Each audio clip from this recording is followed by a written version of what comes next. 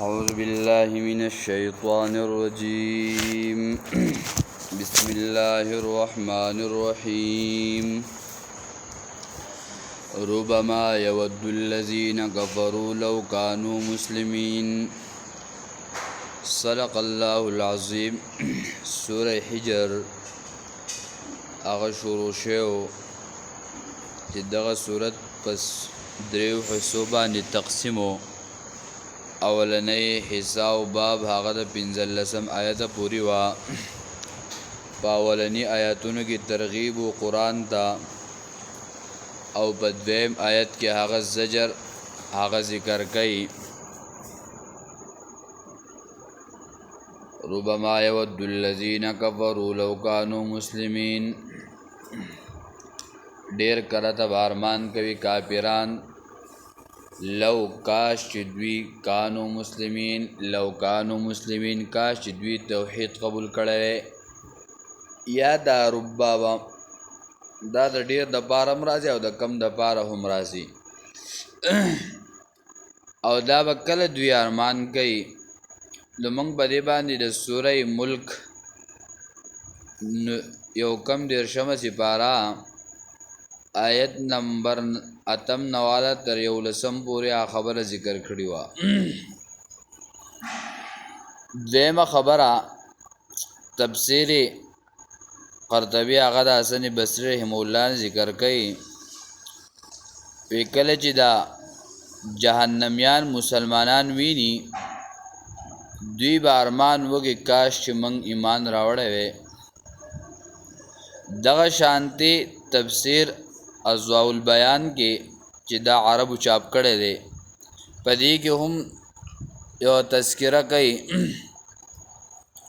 خو په ترتیب سره وایو چې دوی به سو کرت ارمان کې د اسلام یو دا چې دوی به د مرګ په وخت کې ارمان کوي چې کاش موږ ایمان راوړې او مسلمانان شوي چې کله دوی ته د مرګ هغه فرشتي راشي او د دوی نساء اخلي ځکه د مؤمن مسلمان جدا هیئت وي او بیا د غیر مسلم جدا هیئت وي الله دې زمونږ او تاسو سره هغه معاملو کې چې کوم هغه په صحیح او احسن طریقه باندې د انسان د روح پرواز کوي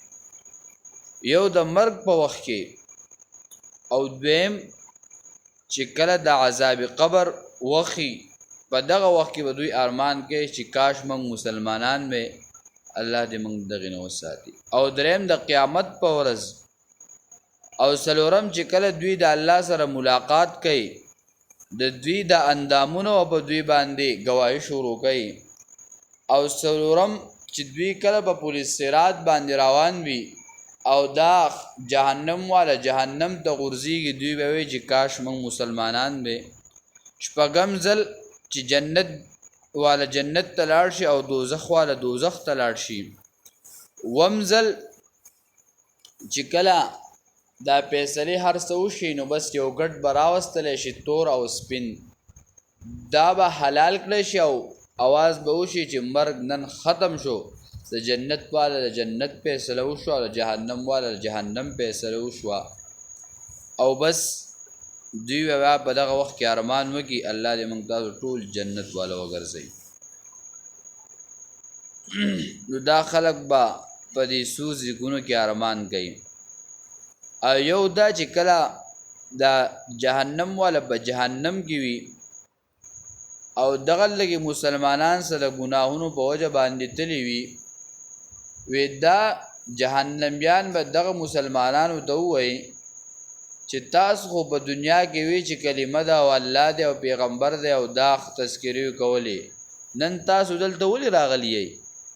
وی دا الله ذات به جوش کې راشي او الله جل شانه به دغه مسلمانان هغه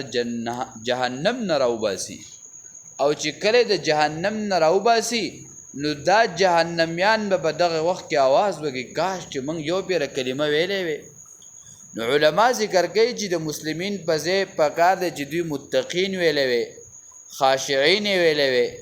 خو دوی به متقین او خاشعين نه وي دوی به وي چې کاش د اسلام دا نوم او د اسلام دا کلمه ویلې وي نن به د دې ځای نه وتی وي او مفسرین ذکر کوي چې د جهنم نه چې کله دوی راوځي دا مسلمانان د ګناه په وجه دي تللي وای دا جنت والا به ورته وایي چې دا خلک هغه دی چې دا کم موږ تاسو وینو دا خو د جهنم ته تللي اوس راغلل وی دوی به الله ته درخواست وکړي چې الله دومره لوی رحم دې را باندې وکړو چې د جهنم نه دې راوویستو خو د دې عیب را باندې هم پټ کې کم دا حیات چې زمونږ دا جنت والی نی وی الله جل شانو نهر په هغې کې به دوی له یو غوپه دا ورکړي دوی به بالکل پاک صاف شي او په دوی باندې به هیڅ قسمه هغه ذرات نه ښکاري او الله به جنت ته داخل کی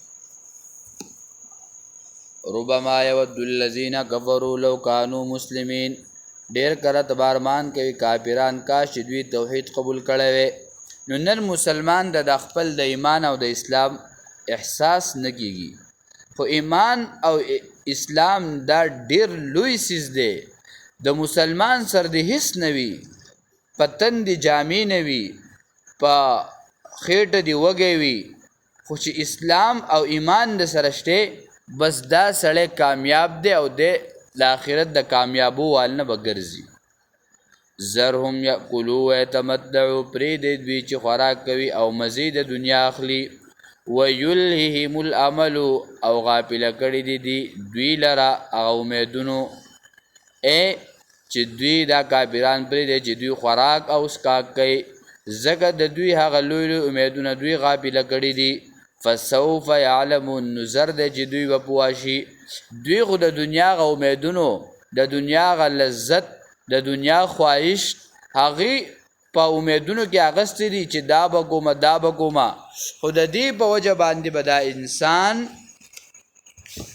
هغه ته چې دی بس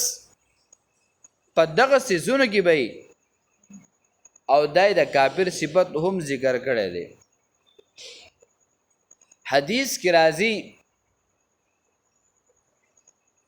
چې د بدبخت انسان څلور قباحتونه ذکر کړي دي یو دا چې د انسان او بنده د سترګې نه به اوښکه نه ځي یو اوښکه یا دوه اوښکې درې اوښکې به نه ځي او دویم ذکر کړي دي چې د دې انسان دا زړه به بالکل سخت شي او دریم ذکر کړي دي چې د به نه نیکۍ ته هغه شوق کیږي او د بدۍ نه به نفرت نه کیږي او څلورم چې دی به امیدونه ساتي بس دی به په امیدونو کې چې دا به کومه دا به کومه دا به کوم دا به زی هیڅ نه هغه میلاویږي به او حدیث کې راځي چې دوه کسان چې هغه په حرس کې ډیر وي چې د کم سړي عمر هغه زیاتوالی ته ورسي یو د حرس سیوا شي او دویم امید سیوا شي حرس به دې سیوا کیږي چې زما د بچو ته به څنګه هغه مال میلاویږي زما دا بچي به څنګه به روغمنه کیږي او دوی به څنګه په صحت باندې د مال په وجه په هر ټیم او په هر وخت کې به دغه سوچ او فکر کې وي او دویم دوی به د امیدونه لري او تمې به ساتي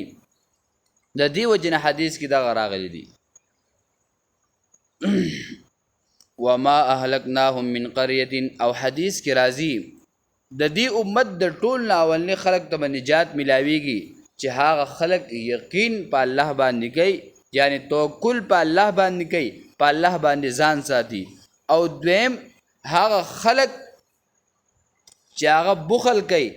دغه د هلاکت والن سکه هلاکت والن ګرځي